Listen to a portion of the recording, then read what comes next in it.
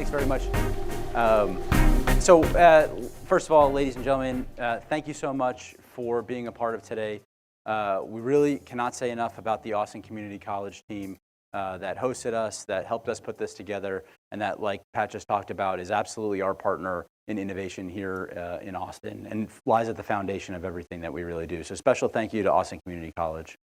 But with that being said, we absolutely positively have the keynote panel of the day, and I think rarely, maybe they'll tell you in a little bit, how often the three of them actually sit on the same panel and occupy the same time space. I'm not sure how often that happens, so we'll claim credit for the fact that we got them all together at one time and place. But in no particular order, I would like to have the Service CIOs come up here. Dr. Raj Iyer, the CIO of the Army. Good afternoon, everyone. Dr. Lisa Costa, the Chief Technology and Innovation Officer of the Space Force. And of course, from the Air Force, Miss Lauren Knausenberger. Ma'am, come on up. So please, let's take our seats. So the goal for this particular panel is there's a couple rules. The first one is we're going to keep it conversational. I think call and response from somebody as boring as me is going to just put everybody to sleep. Number two, let's try to keep the answers flowing because everybody loves a 10-minute answer about cloud. And then finally, I think what we want to do is speak aspirationally. Sometimes in the innovation space, it can feel like a conglomeration of what's going wrong or why hasn't something been done. So let's all collectively focus on what has been done and constructively talking about moving the ball forward. I think they're pretty fair asks, and then we'll get to the question and answer from the audience. So this will be a phenomenal opportunity to be able to ask questions to the service CIOs who are literally running the services efforts to do things like cloud adoption and information technology adoption for now and in the future. So in no particular order, off the top of my head and by a quick survey of people in the audience, I want to start with the economics of the cloud. So for whoever wants to take it, what are we doing about the fact that not everybody understands a cloud costing model, not a traditional institution like the Department of Defense. There's 2.9 million people, and they're spread across 160 countries, like we learned from the Deputy Secretary of Defense. It's really hard for everything behind that enterprise to be able to understand how to cost this new thing called cloud. How are we doing with that? What does that t-shirt sizing look like? Do we think that we have the right wherewithal to understand what cloud consumption is going to look like? Anybody? We're going to go rock, paper, scissors. Well, you started first, so go for it. So I can share a little bit about what we've learned over the last 4 years in the cloud, which actually in DoD time is a really long time. Intelligence community time, not so much, and industry time, it's a little recent. But we have done a lot of really good things, and I think probably one of the things that is maybe a little bit different about the way that we do cloud in the DoD than the way that you do cloud in industry is most of the time, if you are purchasing compute in industry, you go to a website, you spin up an environment, you kind of are building your own environment. In the DoD, if you did that every single time that you were going to spin up an environment, and then everybody had to independently come up with identity services and continuous monitoring and go through all the compliance, of course, that would be very expensive. So one of the things that we've done well on Cloud One is we have made it such that our offering includes all of those services. The downside is that a lot of people don't understand all of the things that are included in that. And so a lot of times folks will look at the model and say, well, that's a lot more expensive than just going to the AWS site and purchasing compute. Why, yes, it is. It is a lot more expensive. But it's often not more expensive than hiring your own development team to stand up your cloud, configuring it, meeting all of the DoD compliance, having a team to do your continuous monitoring, red teaming, integrating with all of your identity, and then meeting some of the intelligence community monitoring requirements as well. And so that has been really tough. Now, the other side of that equation that's also really tough is that legacy compute in the DoD is free. It is free. It is, of course, not free. The way that it works is there's no accounting for it.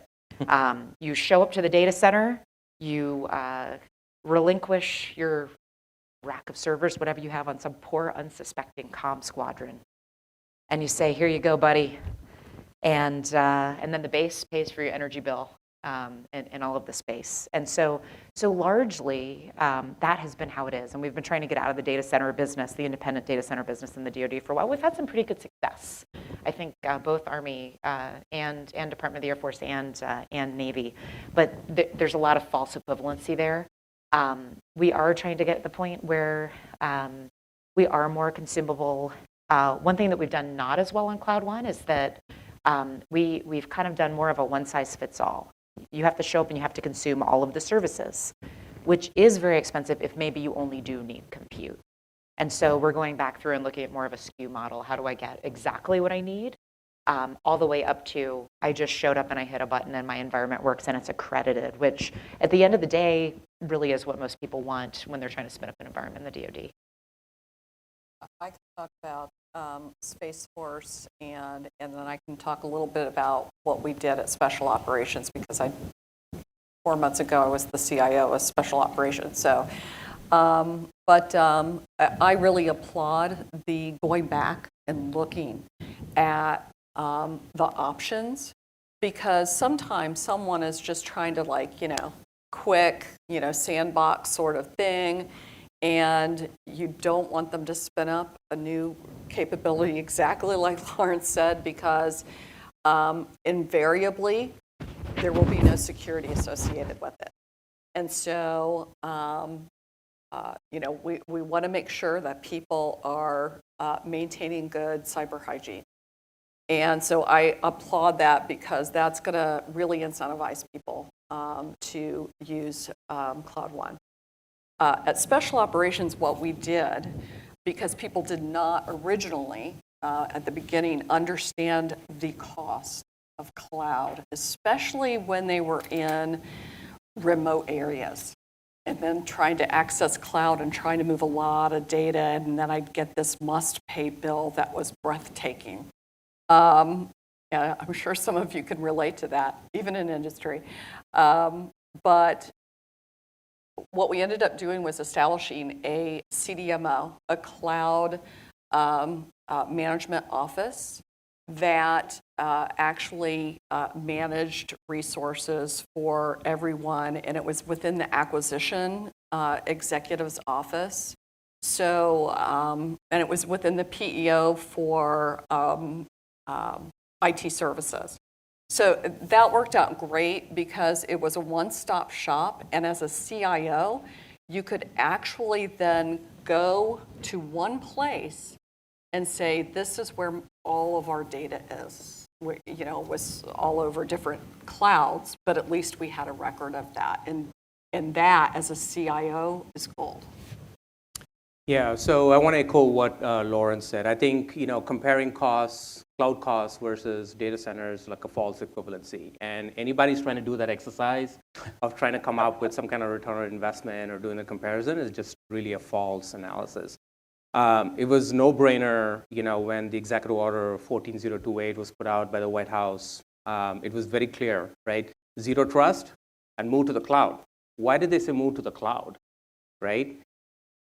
Because it was very clear to everybody that knew the business that moving to the cloud indeed is much more cyber secure, it creates greater resiliency, and those other non-ROI attributes are the true differentiators when you move to the cloud. So having said that, the maturity that we're all on, each of the services are right now is, we started early on with a lot of lift and shift, right? When we lift and shifted a lot of the workloads to the cloud. And if your applications are not cloud native, they're not architected for the cloud and don't take advantage of those cloud services, then you're not going to truly benefit from that. And it was very clear to us. In fact, what we did was we had our first two large, big ERP systems, big SAP ERP systems. We lifted and shifted them to the cloud. We found that one was more expensive than being in an on-premise data center purely from an infrastructure perspective, more secure, more resilient, but more expensive. And then as our maturity levels grew and we started to slowly, incrementally re-architect them with more cloud-native services, GFIBS, which is our largest financial management system based on SAP, we're actually able to find about $7-8 million a year in actual cost savings, right? So we're able to actually quantify it. And we were able to tell people, hey, if you did this right, this is actually going to save you money. But it is very important that, we understand that, you got to go cloud native architecture, and then those common services, whether it's the CSSP support or identity support, the monitoring, the logging, how you manage the network to get to those cloud services, all of those non-recurring engineering costs have to get factored into your costs. And you got to do that one time. If you do that every single time for every application you move to the cloud, then there's absolutely, this is a no-win situation for moving to the cloud. So, and that's why we've set up cArmy as our cloud ecosystem with those common services, supporting both Azure, AWS, and now soon Google. And we're going to continue to grow those services in support of the Army. We also have a contract that we use called CAMO. And because we know JEDI was going to be the big contract to procure cloud services from the DoD, and then when that fell through, fortunately for us in the Army, we established our own contract called CAMO. Discounts anywhere from 25 to 40% off of retail prices for compute and store from these cloud service providers. So it's proving out to be a pretty good value proposition for us in the Army. First of all, I think some of you have been looking at my notes because you preempted a lot of my questions, but I just lost a big bet because he just used the J word, and I said we weren't going to talk about JEDI or something. I would have lost that bet too.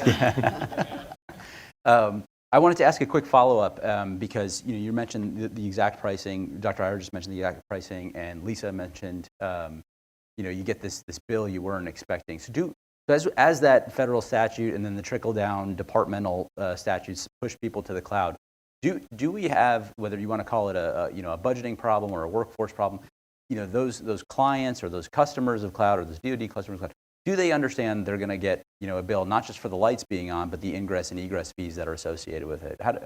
Are we educating, or what are we seeing with the services with regards to that?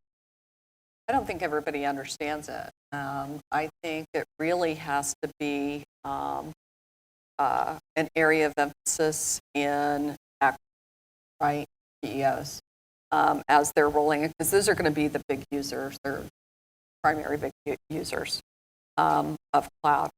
But what I keep doing that. I want to do this.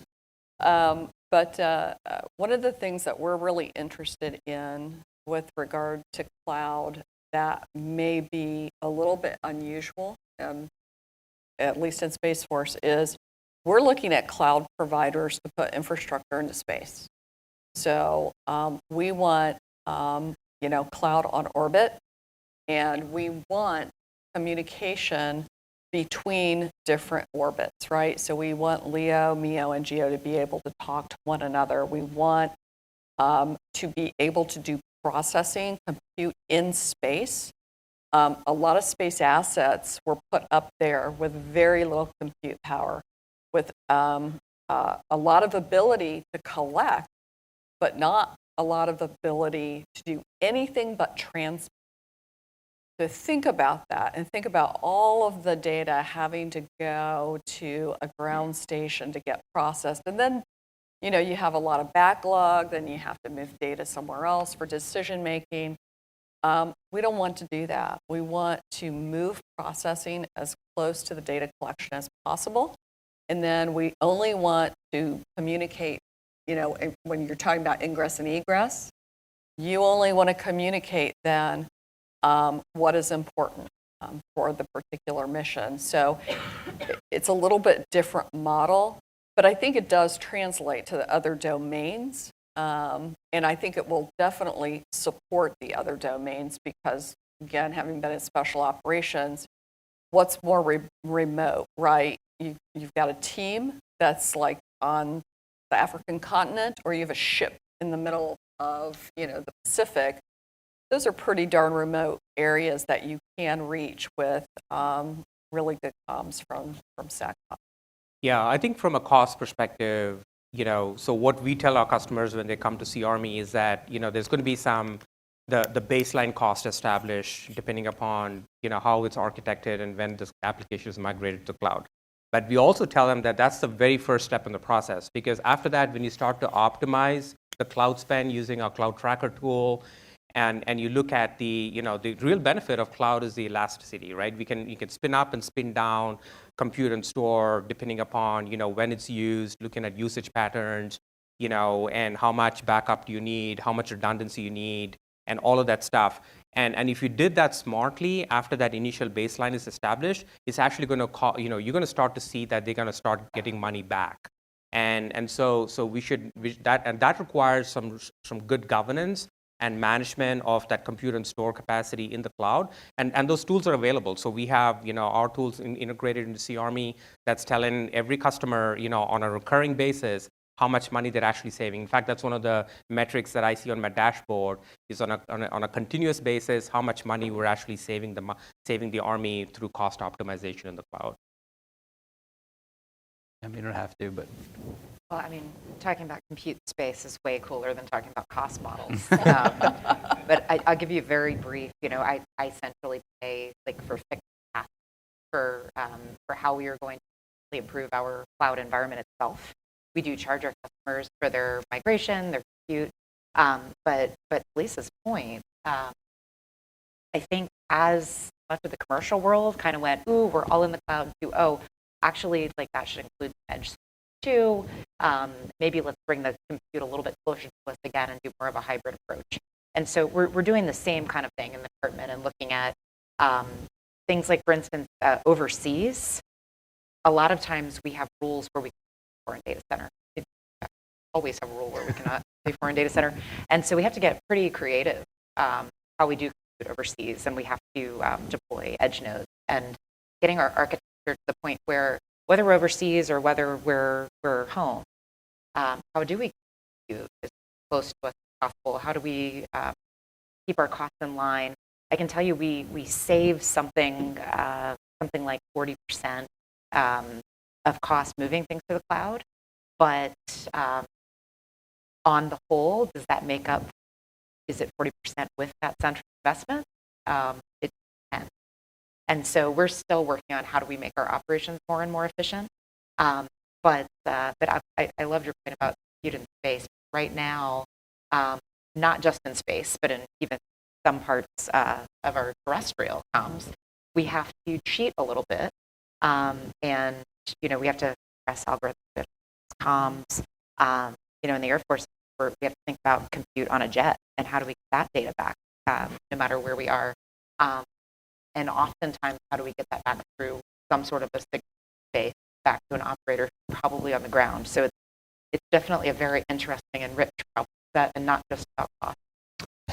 Absolutely, and I think you kind of all touched on it. I know we do it in Army, but this idea that the go-to-market strategy for cloud, you've got to treat it like a public utility to some extent, because you're not going to make money, especially for the earliest adopters at the very beginning. You're never going to cover your costs as the first adopters come on. But so many different directions that we could continue to take this.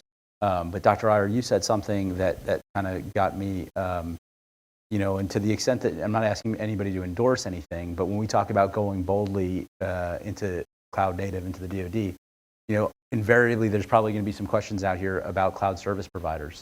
So I'm wondering, in a personal, not organizational capacity, is there a one-size-fits-all commercial service provider? Is it important to have redundancy and continue competition in the market for cloud service provider? What do we think about that kind of stuff? Yeah, absolutely. I think, so when we talk about resiliency, it's not just resiliency, with one cloud service provider, right? It's multi-cloud and it's hybrid cloud, because that also has to include our on-premise data centers and any private cloud capacity that we have within the Army. And so that is our hybrid architecture that is what we call cArmy. It includes that on-premise infrastructure as well.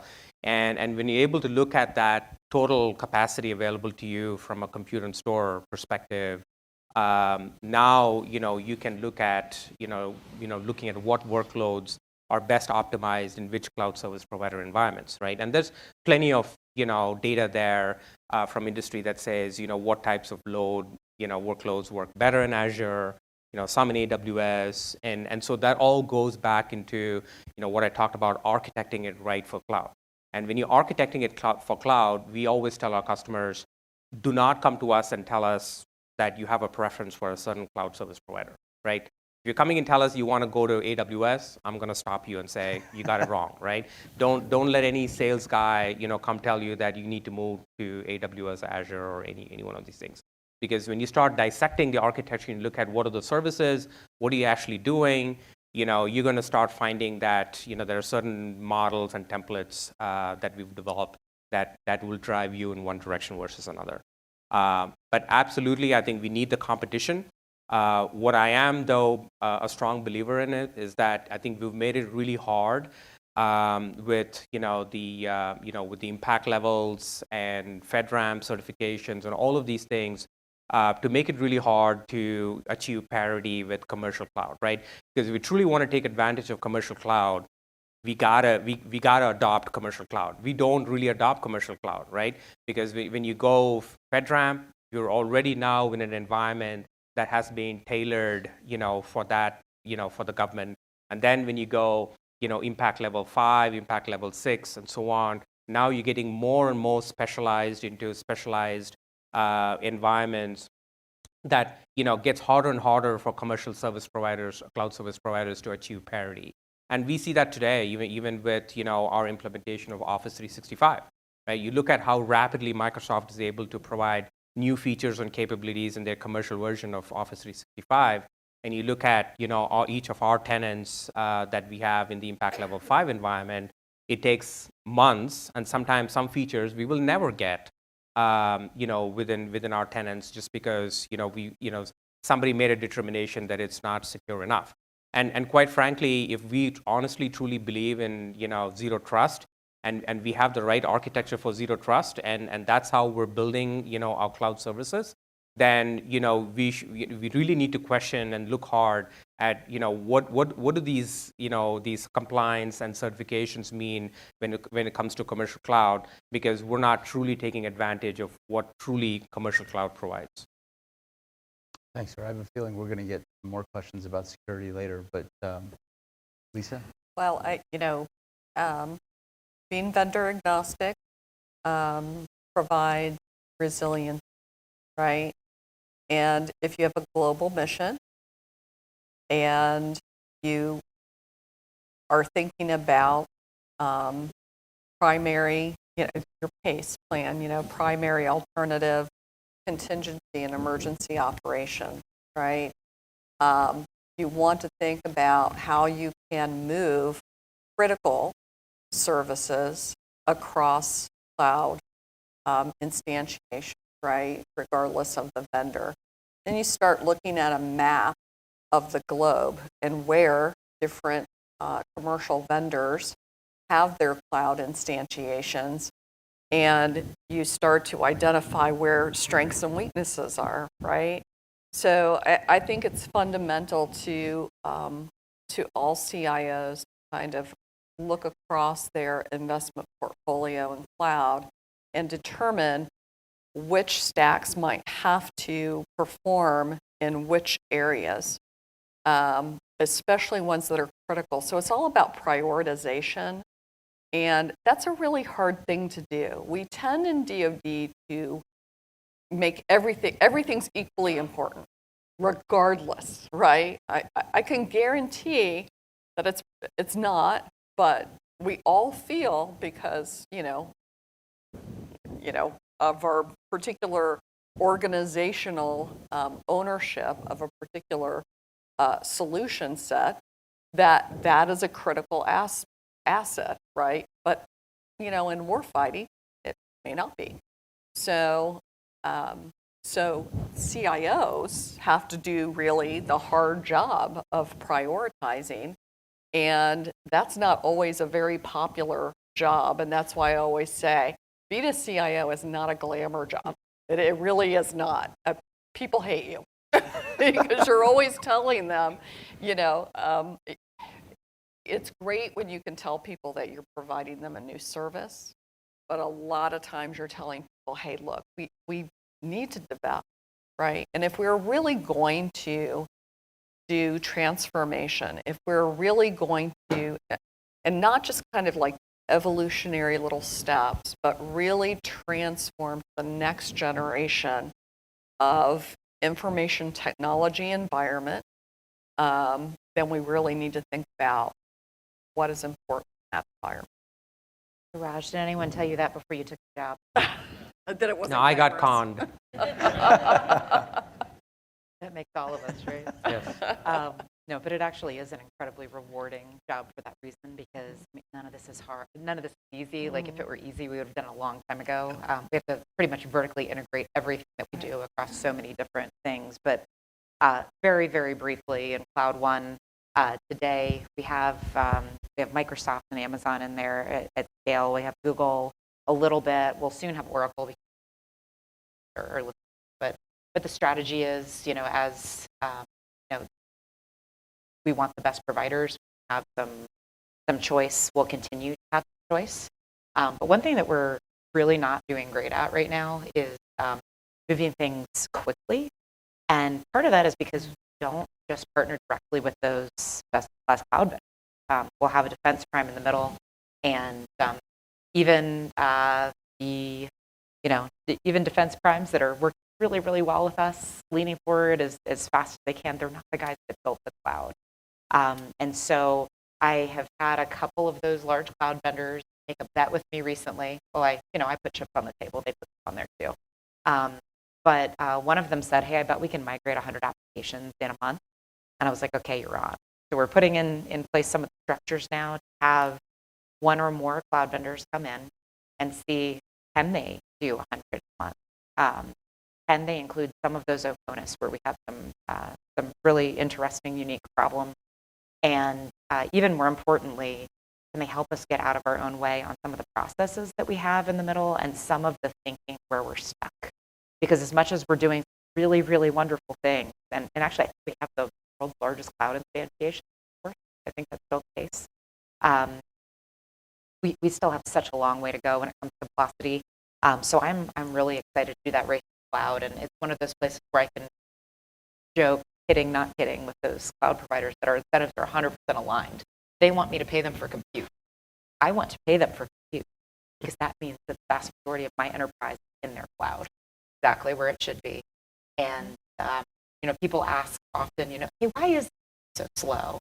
And I'm sure we have different theories in the room, but I think the biggest thing is that we don't have that cloud infrastructure all over the world. So without infrastructure, all problems. So I think we can do one thing. I could ask a million follow-ups. I'd just ask one to you, Lauren. So is there something that's stopping us institutionally from partnering directly with the cloud service providers, or is this something that we're finding as we go is maybe a best practice? So a lot of them actually don't partner directly with us, and maybe they're smart because we're not contracting. So that could be why. But there are more and more where they are willing to work directly with us. But I do think that as much as we can kind of keep the incentives aligned, keep them specifically helping us drive their compute. A lot of them do the migration for free when we let them, like under certain circumstances. I think we need to take advantage of that more and really partner with them to remove roadblocks. Yeah, so in the Army, right, so our CAMO contract or direct contracts with cloud service providers. So right now it's Azure and AWS. And that's why, so when I talked about the discounts earlier, 25 to 40%, that we were able to negotiate that directly with cloud service providers, not through an intermediary, not through a system integrator, not through a vendor or reseller. Those are directly with cloud service providers. And if you look at how the Joint Warfighting Cloud Concept Contract, JWCC, is getting awarded by the DoD CIO here later this year, that's following a similar concept. So it is absolutely clear that cutting the reseller out from this process is beneficial to the DoD and can save us money. The only thing that, and Sarah, you probably it probably sounded like competition between Raj and I. They will sell us directly, but for the most part, Microsoft will not be our integrators. They won't configure our environment for us. They won't set up all of the services. And I know that we and also Aaron Weiss, the Navy, Department of the Navy CIO, we're trying to get to the point where we can actually buy kind of the the full solution from the provider instead of just being able to buy from the provider. And so that's kind of a place to move. Yeah, it sounds like we're all sort of dancing around the role of contract.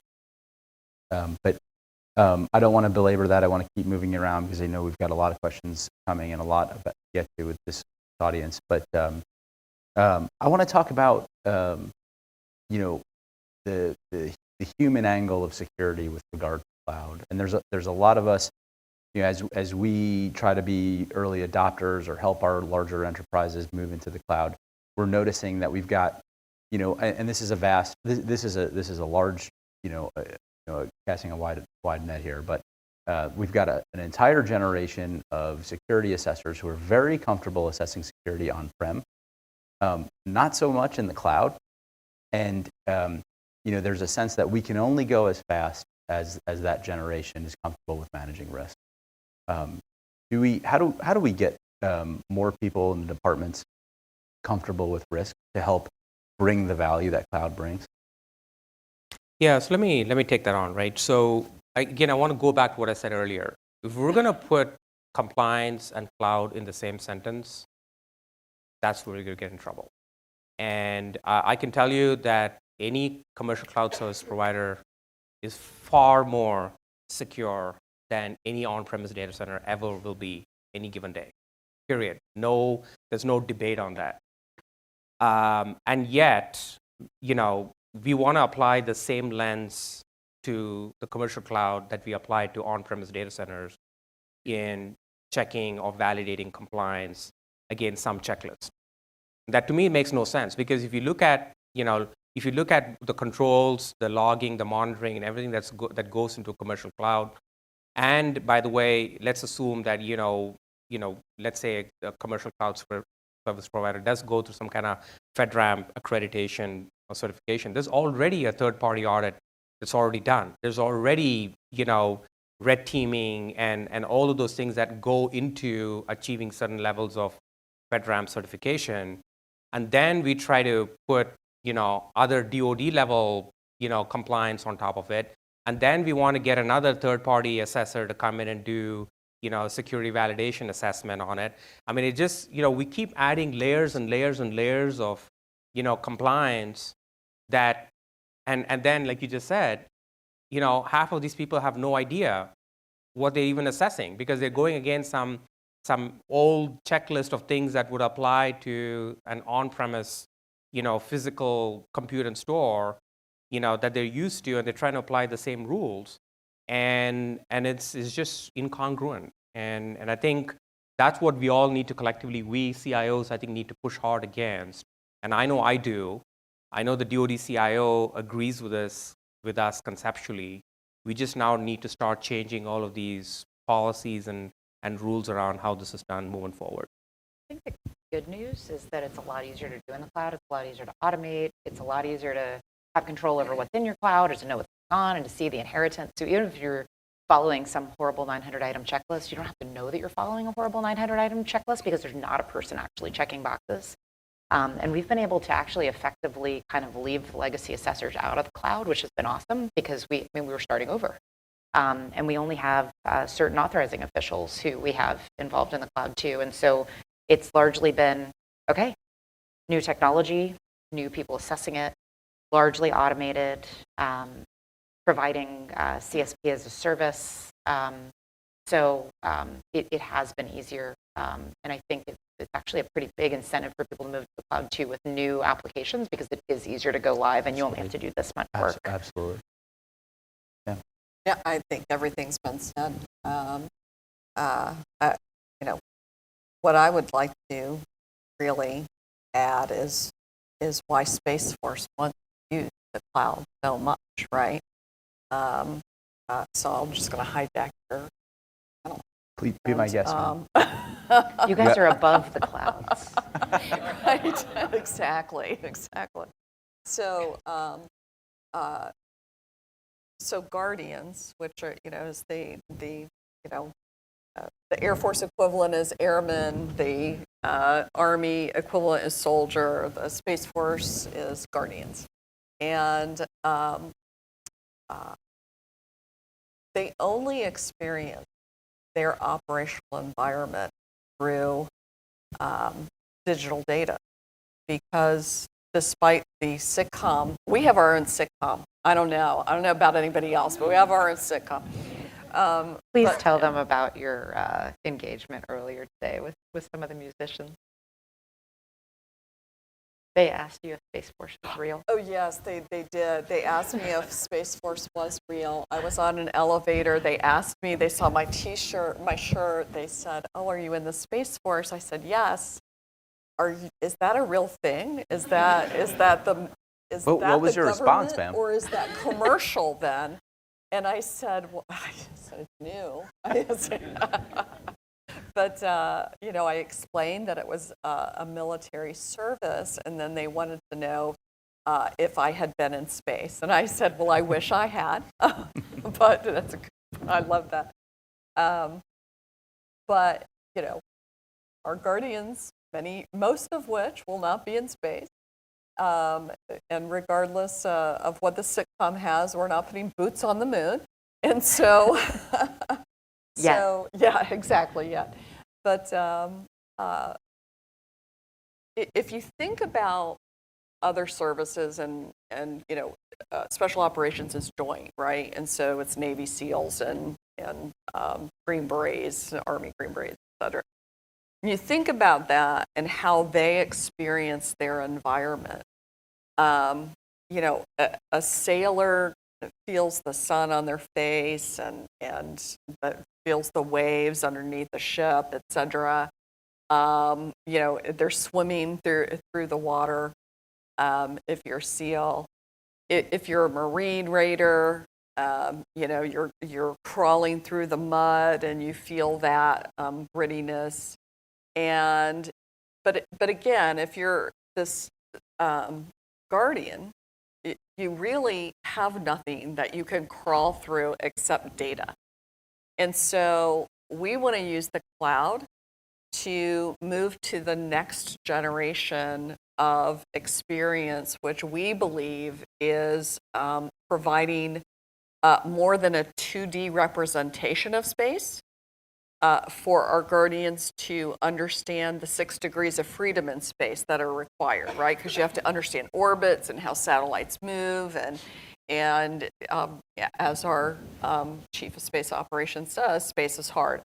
So when you think about that, we want to move toward the metaverse, right, of augmented reality, where we are providing that very visual, sensory, haptic environment for our guardians to train, right? To be able to look at a satellite, break the pieces apart, identify what each one of them does, put it back together again, and then potentially, put that up against a competitor's satellite to see what they can do.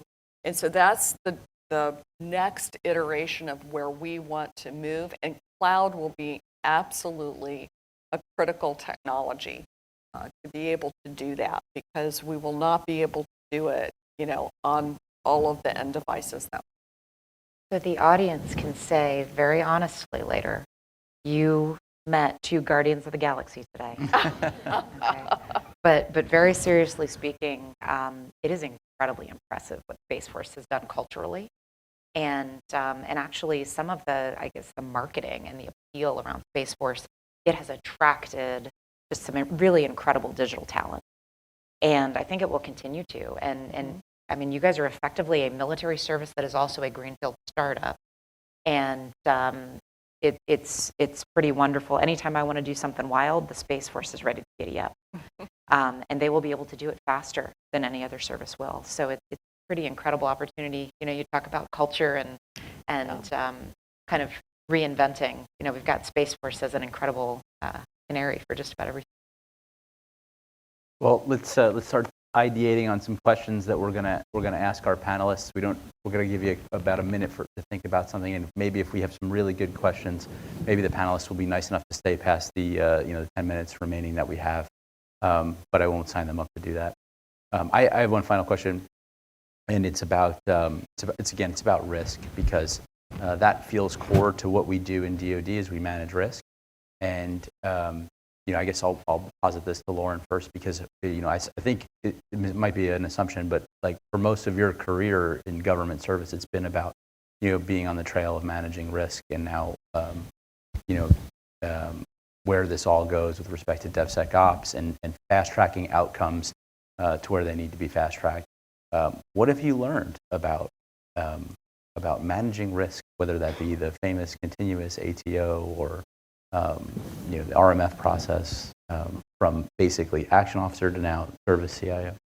Yeah, we're probably going to have to change the name of but a couple people in the room are smirking out there. So, I mean, I've been in federal service for a very short period of time, about 4 years. But yeah, we have been managing a lot of risk. I would characterize it early on as not so much risk management as, everybody said that landmine was going to blow up. I was like, yeah, I don't think it's going to blow up. And I would go jump on it. And when it didn't blow up, everybody was like, all right, I guess we can do this. I think in general, you just need a couple of people to try something and very, very publicly praise that trial. I mean, Kessel Run is such a huge example.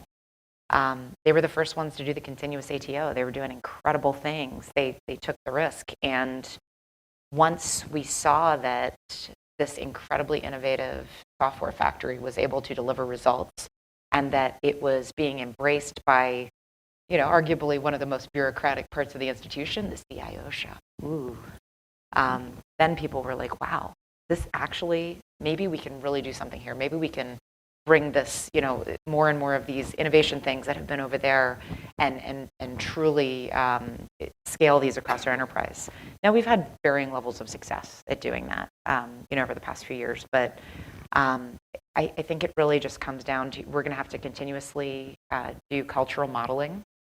And we're also going to continuously have to get better and better with our brass tacks, because you guys have probably heard me say this before if you've heard me speak, but a lot of times it really comes down to not that people don't want to move forward, but they don't know how exactly. It's very easy to say from a vision and strategy standpoint, this is where we're going. It is very difficult to overcome 20 years of inertia and 20 years of not being trained in the new ways of things, and 20 years of not having someone who has done this for 10 years mentor you as you grow, and to then have to figure out the new way, probably without being resourced, to bring in coaches. And so when we have things work successfully, it's because we were able to partner with folks that have done this before and move through. It is very difficult to do that without the stars aligning that way, without leaders willing to take the risk, and without that cultural modeling and celebration.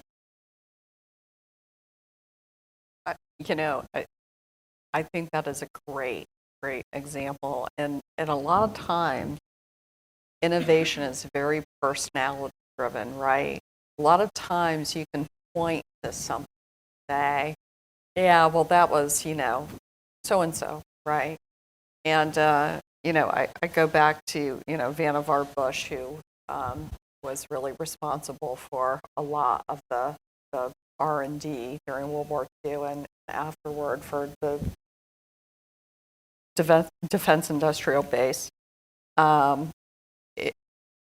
He had this plan that, or approach, that he didn't fund ideas, he funded people, right? Because there were clearly some people who had the ability to look at a situation and say, well, yeah, there's risk, but I'm willing to not get rid of the risk, but at least try to manage the risk. And I think that's really what it takes. It takes bravery to do that.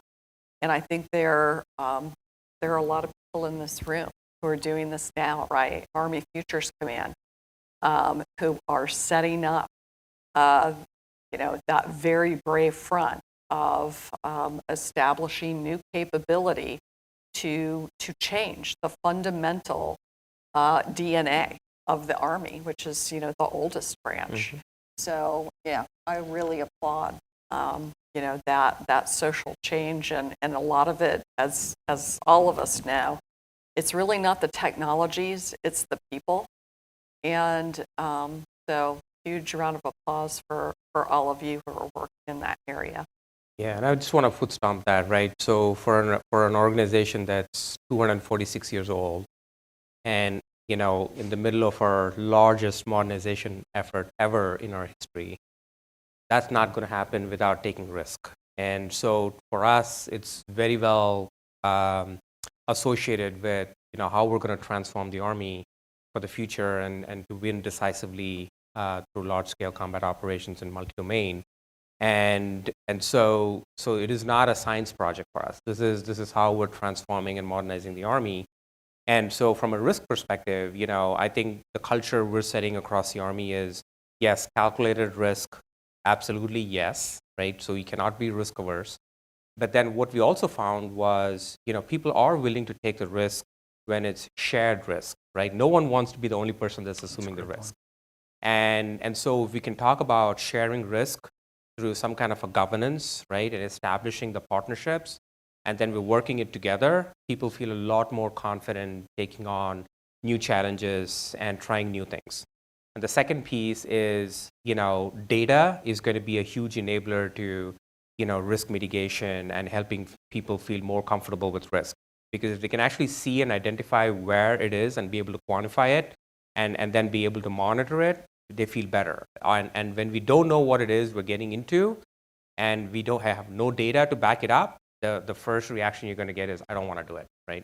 And so that's what we're trying to change across the Army. And I think, all of the concepts around failing fast, failing quick, taking the chances. I mean, Project Convergence, that is our premier annual, experimentation effort. Last year we had 110 new technologies that we brought in, along with cloud and Starlink and Leo and MEO and all that together, into a single sensor to shooter, exercise. And would not have happened if we said, we're just going to continue to keep, the systems that we're comfortable with. So clearly we're changing culture across the Army right now, and it's an imperative. To your point, for Army Secretary Wormuth, it's on the record that data is the ammunition of the future, or already really. But thank you all for that, for indulging me on that. I think we're going to open it up to audience questions here, if we have any. So you've been forewarned.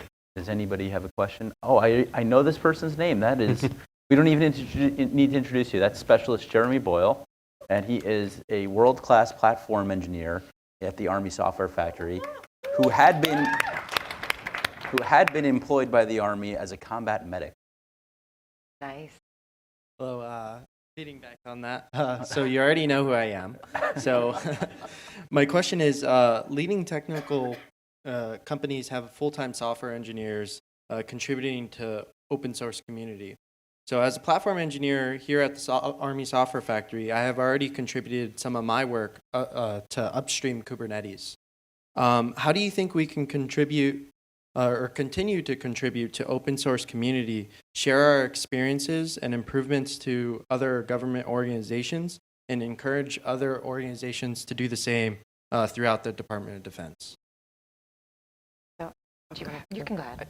Well, so I'm a huge fan of code low, move high. And I'm also a huge fan of using talent where it resides. So none of us have all of the talent that we need. So how can we provide DevSecOps as a service so that, when there is a challenge, imagine having a national security challenge that has to be executed within the next 12 hours. Do you, really want, just the local people there? It's like a television show, really. They only sent two police officers, really. Do you really just want, them, or do you really want them being able to reach out to the brightest minds in industry and academia and being able to say, hey, I got this problem, we got to, I need you to help me work on this. And they can log on to that DevSecOps platform and help you write that solution and deliver that solution around the globe. And I think that's really key to the future of national security is partnership. We go back to the people piece. It's about, you don't have to be wearing a uniform necessarily to be supporting your nation. And I think that there is a lot of opportunity then to give back to the open source community. We certainly want to take advantage of open source code that exists out there. And I think there's opportunity to give back as well. Well, definitely, if you're interested, I'll definitely connect you with our Platform One team.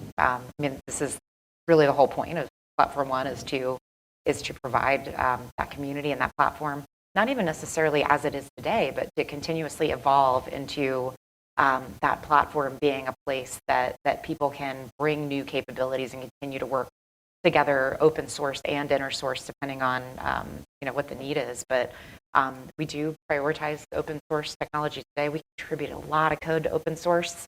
I think that we were, I don't know, other than DARPA, probably like the OGs on open source in the department. But now even DoD CIO has issued a policy saying, hey, we embrace open source. So, by the time DoD CIO issues a policy, it's real, it's there, it's codified, and you're not really kind of just doing it in the dark, like often happens at the beginning of something new. But definitely want to bring you into that community. We've had some pretty cool success stories, both with contributing back to open source and with just some serendipitous inner source, sometimes planned inner source. But we have, I'll give a shout out to our airmen coders who brought folks together from all over the Department of the Air Force, and just an internship program over a number of weeks, started writing code together from different places, all different levels of code. Everybody having a certain level.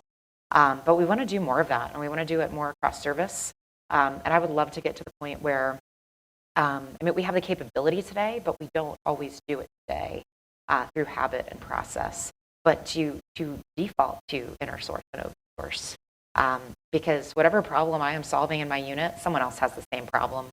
Let's make sure that we're pulling them into that common Git repo, that we are talking to each other, and that when actually one of the biggest, I guess it makes me proud and sad at the same time, is when I talk to our coders in their units, they are giving up time with their families. They are giving up so much time because they are so passionate about solving this problem. And then when they leave their unit, they're not sure who's gonna take it on. But if you write the code together on an inner source platform, and when you leave, you can still maintain it if you want to, but you don't have to do it by yourself.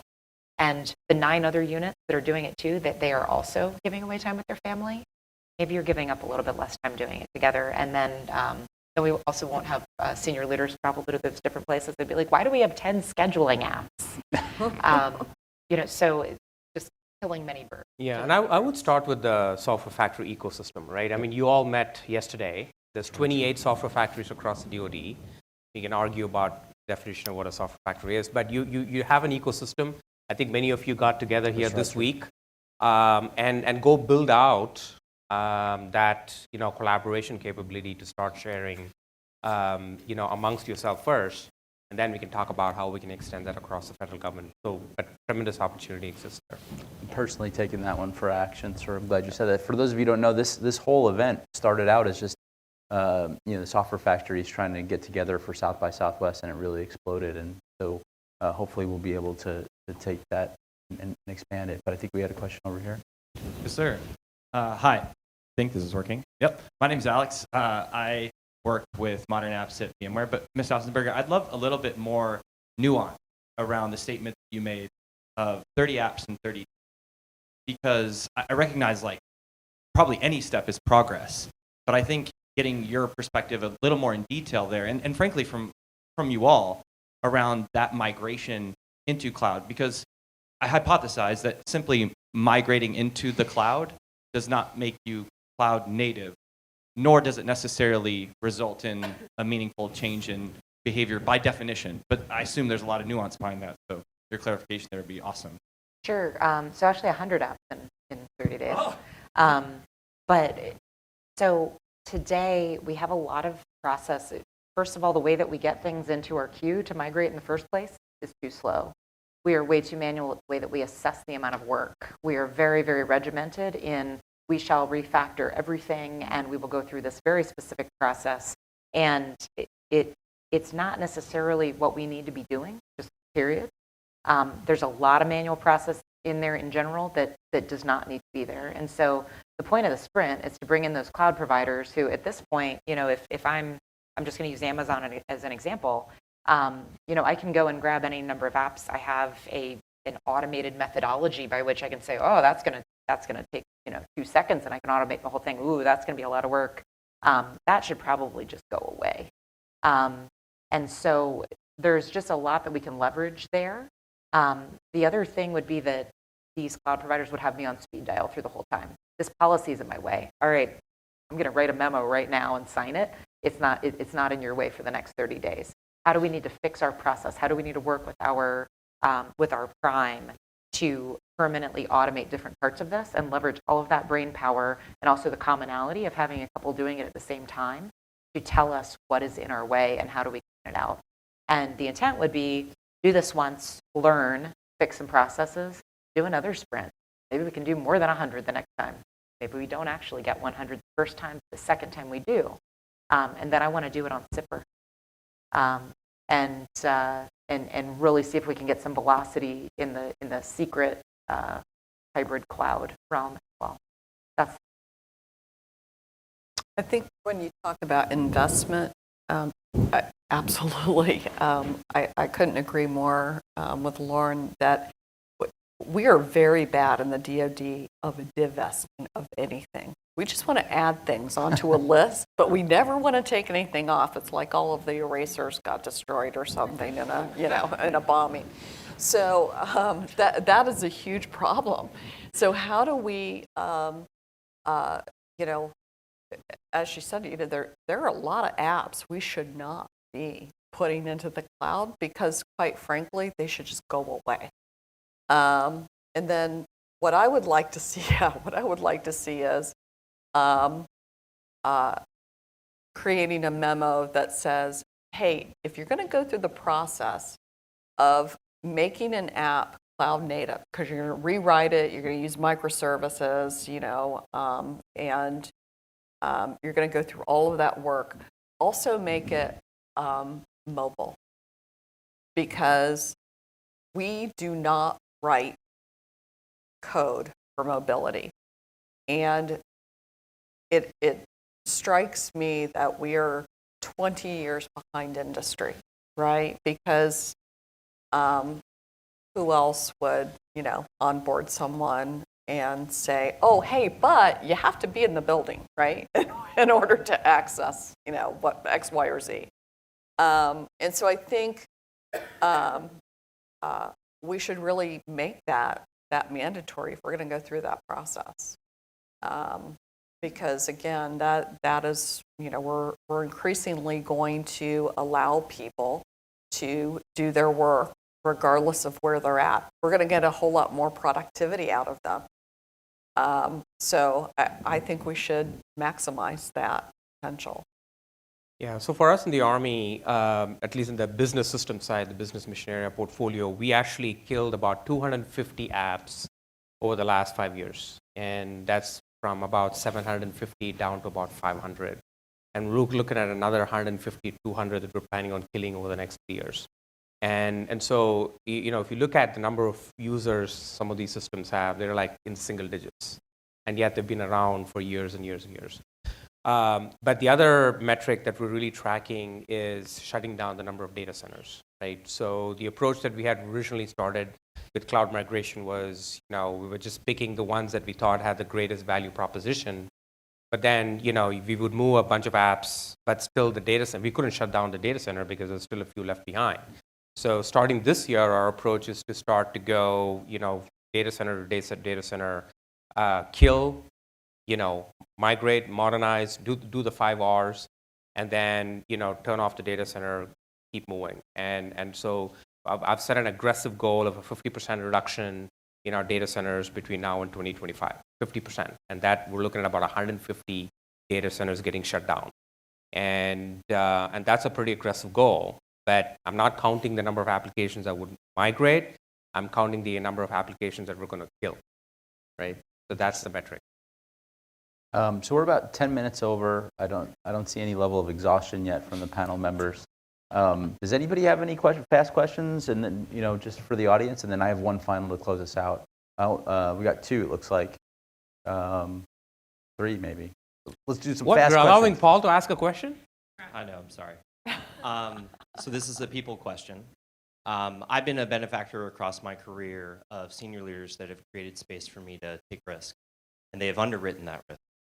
I'm personally a benefactor of at least two on the panel here. But more so, I would argue that the mission has been the greatest benefactor of underwriting that risk. And so it's really a two-part question. How are you cultivating the people across your services to become cloud natives and underwriting risk for them to grow and learn?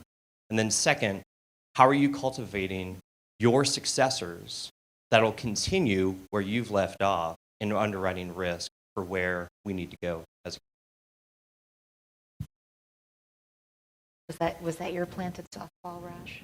Softball, that one? No. Curveball? So I'll go quick, right? So part of what we're doing in the Army, and I guess this is a plug for the awesome work that Paul's doing for us.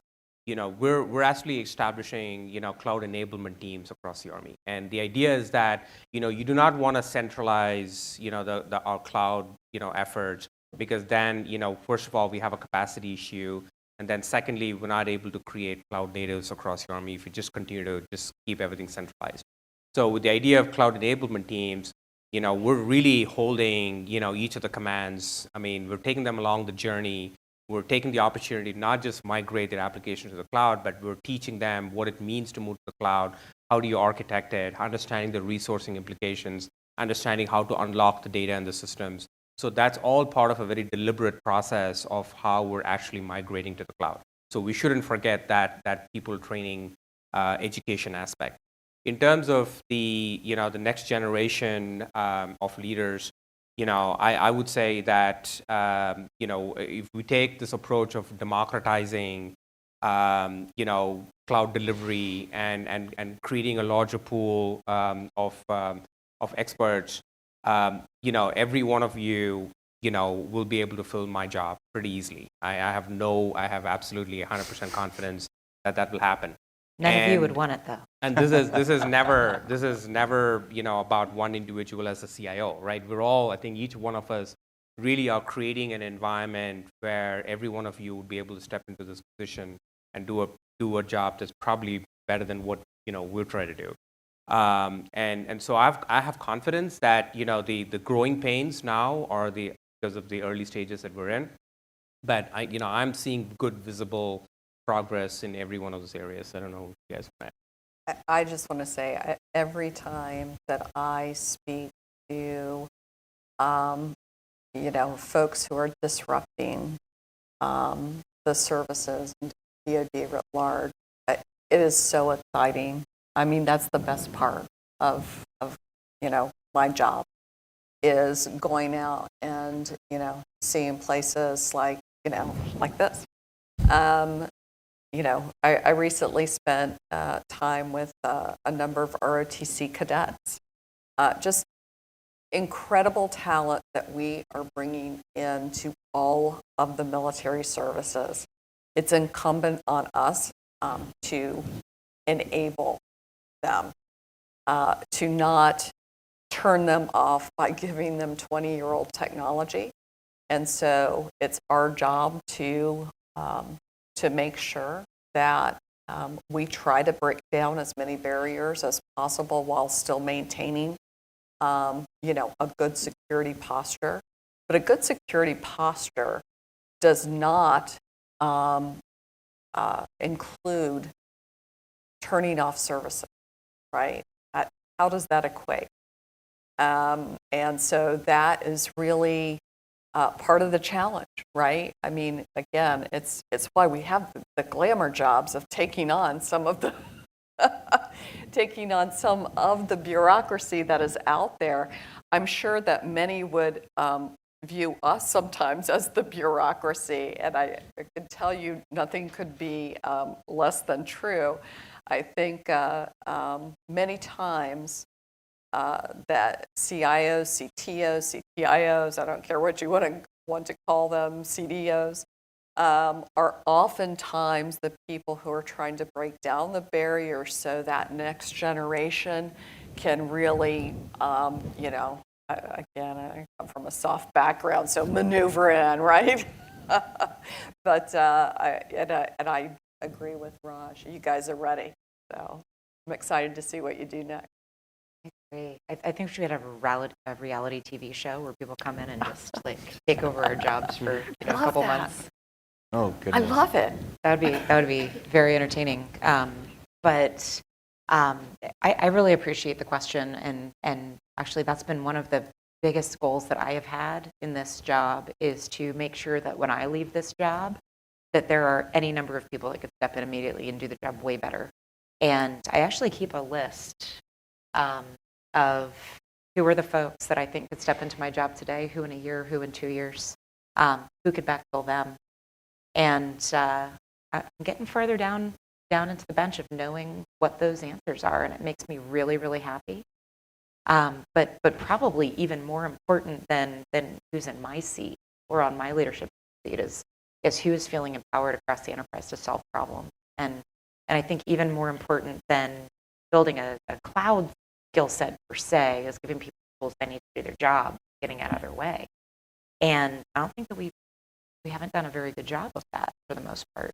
And I think that's one thing that there are a couple of areas where we have some initiatives going specifically to try to empower people more, and that's with automation and with low code, no code. And so Office 365 actually has a low code, no code feature. It has a Kanban feature. There are actually some pretty cool tools that we're trying to help people to kind of know that they're there and use them to solve problems. We want to have a couple of different low code, no code options available to every airman and guardian to just solve whatever problem you have with the data that's available to you, ideally even data from systems of record. We are going to select at least one open source low code, no code platform to host in Cloud One to give to everyone to solve problems. We've been working with UiPath over the past year to just unleash bot minions to solve problems for airmen. We've had some, I keep saying airmen, but it's airmen and guardians. The guardians have been killing it. Oh, good. So just some really interesting problem solving happening in those areas. And then, of course, just the way that the development community, the software community writ large, kind of takes things and solves problems has been pretty incredible. And it's not just, hey, I'm developing software in my software factory. When I want to get advice on something, even in the IT realm, or if I want to get advice for, something maybe crazy that we did last week that didn't make any sense from an IT guidance perspective, I actually reach out to the software community and say, hey guys, we did something really dumb. I need some ideas on how we can get out of this really fast. And so just the problem solving, the thinking, the agile mindset, that is another thing that will enable our workforce more than anything. And actually the first place I want to enable is our network operators. Our network operators are killing themselves every day to keep us secure, 4 levels of classification at least. And they're having to manually do all sorts of things, which is slowing down the pace of innovation for the developers, but it's also just creating headache for them. And so I'm in the process of pitching kind of some agile network operations coaches to help bring our operators along. And then, hopefully through that throughput, increasing the throughput in network operations, getting to the point where it's embarrassing to say out loud, but we don't always have automated nets or automated whitelisting. Some of the people in this room know that. But once we can get through that, A, we really light the fires of innovation, and B, we're empowering our operators to focus on the next level of problem. I want to end at one final 1 to 2 sentence question. It looks like I think we're got to be fair to our panelists. We probably have engagements around town. But Yeah, so the final question I wanted to ask in 1 to 2 sentences is kind of in keeping with how we opened, is after a full, basically 48 hours worth of conversations about software and innovation across DoD, what are you most optimistic about from your posts as CIOs? Yeah, I would say I think we've established irreversible momentum, right? I think, if anybody's still questioning, is this going to happen? Can it happen? Can we do this? Is this what we should be doing? Should we continue to outsource, software development to industry? Can we really, bring the best and brightest to come work for us?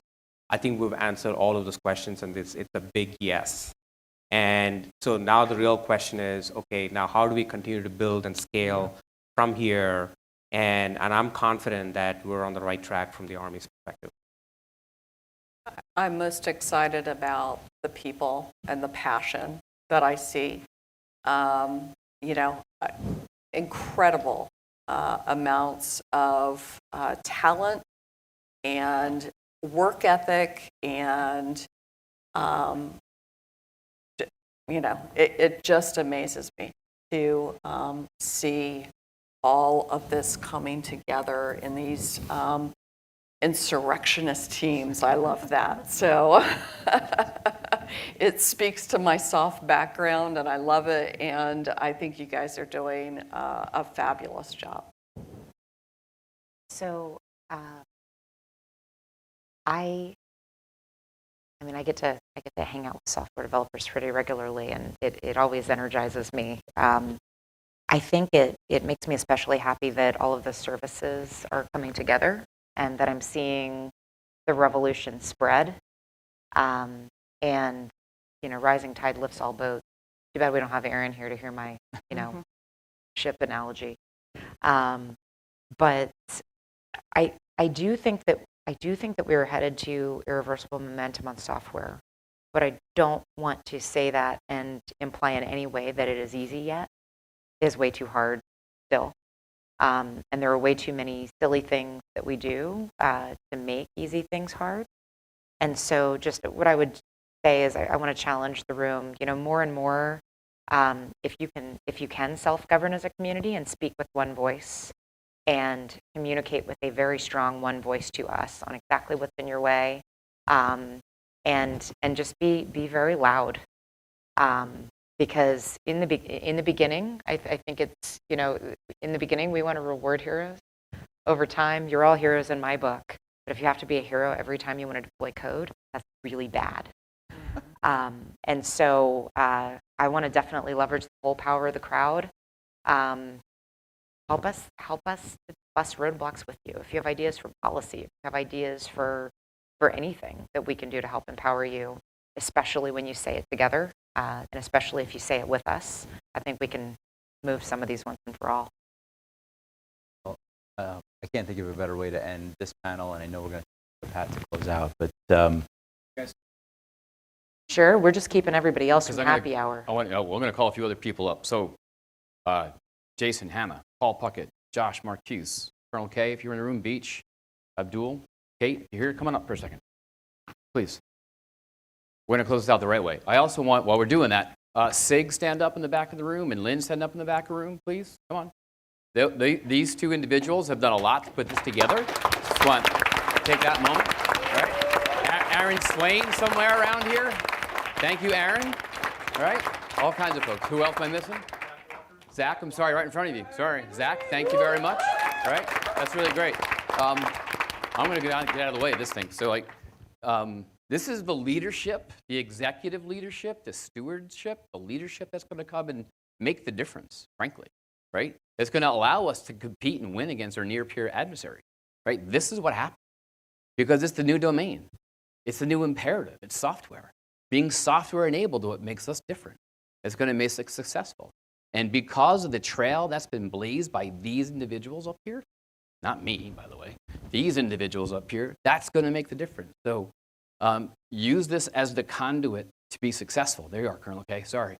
This is how we're going to be successful. I know them all relatively well enough to know they're open for dialogue and open for conversation, and that's what's going to happen over the next, hopefully, weeks to months, so we can be more successful. So A massive thank you to everybody. Yeah, I'm sorry. That's all good, right? Anything in closing? I think everything is pretty much said. Personally, on behalf of Army Software Factory, Army Futures Command, Austin Community College, and all of the defense stakeholders here in Austin, thank you three specifically for getting on an airplane, coming out, and really making this a culminating event, and bringing so many others that are interested in the innovation space here to Austin. It has meant the world to us, so thank you.